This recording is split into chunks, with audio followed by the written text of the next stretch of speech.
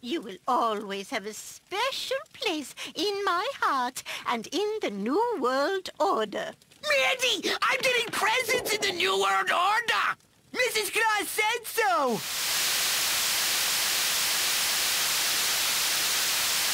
What it really is putting the American economy under international regulation. Yeah. And those people who have been yelling, oh, the UN's going to take over global conspiracy government. theorists.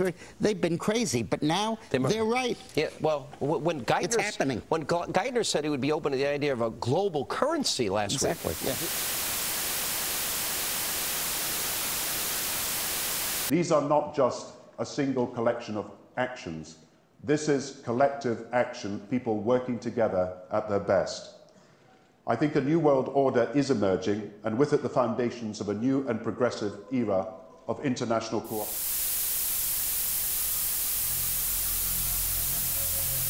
British Prime Minister Brown today declared a new world order is emerging. We want to know what you think, so our poll question is, are you excited that a new world order is emerging? Or are you concerned about America's sovereignty?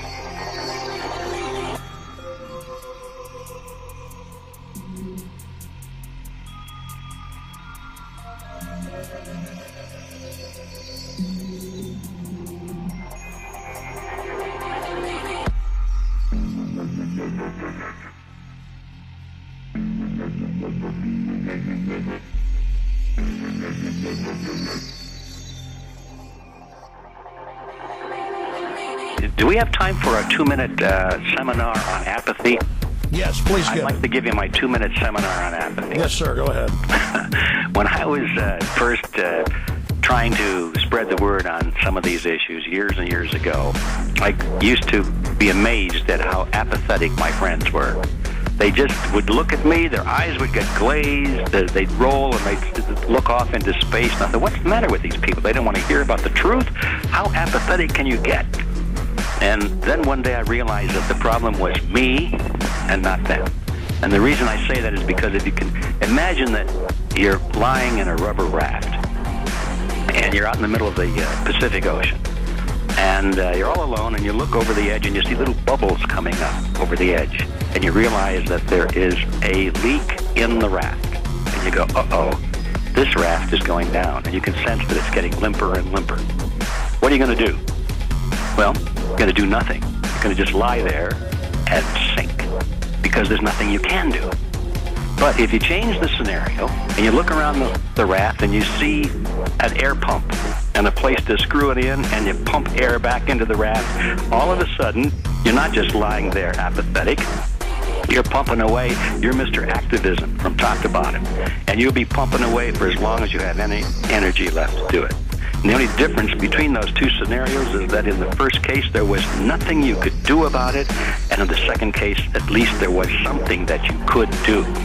And I realized that when I was presenting all of these problems to my friends, I was making such a good case that I had convinced them that there was nothing that could be done to change it.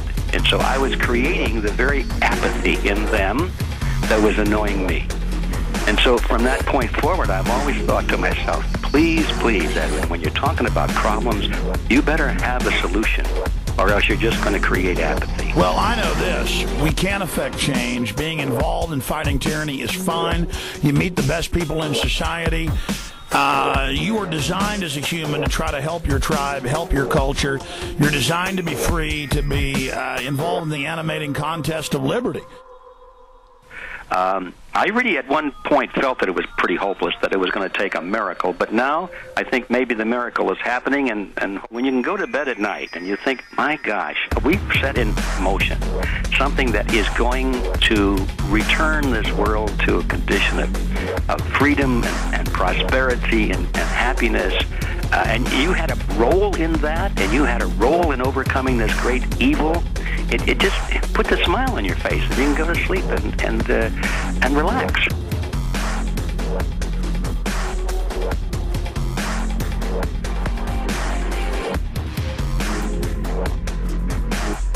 It has been said that when in the course of human events, an oppression so revolts its subjects that it becomes necessary to alter or abolish the means of that tyranny. It's at that time when our Bill of Rights is defiled every day, when our adventures abroad threaten our security at home, when the Federal Reserve keeps our free nation enslaved by debt, when the people of the world tremble under the thumb of corporate imperialism. And now, our nation is drifting dangerously from freedom to fascism. So I have to ask, is it time?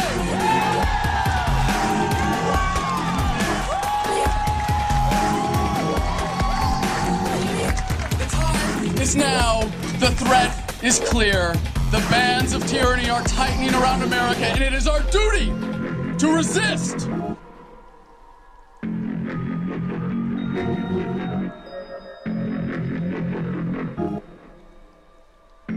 As empowered patriots, let us take stock of our commitment to the ideals upon which this country was founded.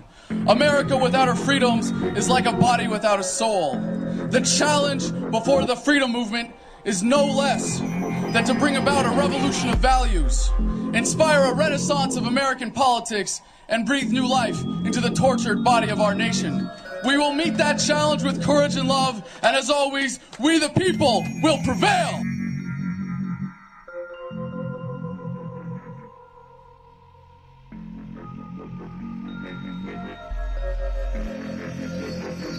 Our tragic love affair with the state has led us to put far too much trust in a government that we thought could improve our lives, but has instead come to rule our lives for us. We have become, as a people, like a frightened, battered, beat-down victim of an abusive relationship. A servile, unquestioning, obedient people will always produce tyrants. We must, as a nation, once again, embrace defiance, rebellion, and resistance.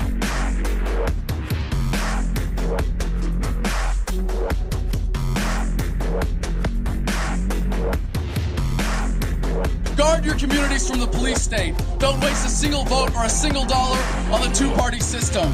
Do not be content merely to grumble and to march while they are using fear, force, and violence as weapons of oppression. We must embrace the opportunity to resist civilly while we still can.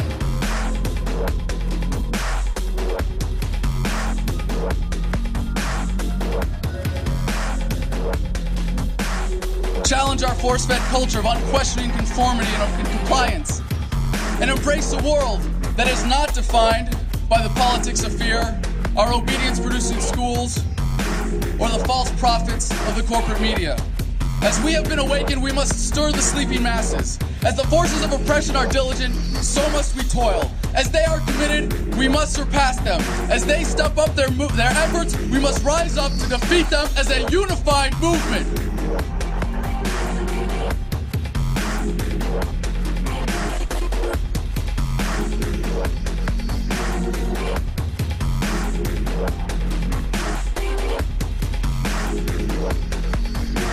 When injustice becomes law, resistance becomes duty. Resist we must, and resist we will. We will not be silent, we will not obey, we will not let our government destroy our humanity. We will not wait another moment in fear to stand up for what we know to be right. It is time we start meeting oppression with resistance.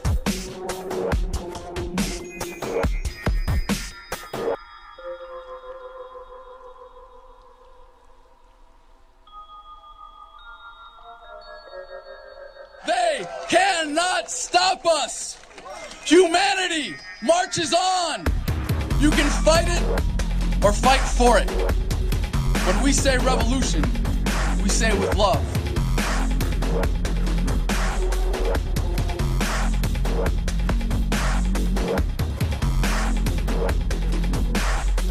The time when the operation of the machine becomes so odious, makes you so sick at heart that you can't take part. You can't even passively take part. And you've got to put your bodies upon the gears and upon the wheels, upon the levers, upon all the apparatus, and you've got to make it stop. And you've got to indicate to the people who run it, to the people who own it, that unless you're free, the machine will be prevented from working at all.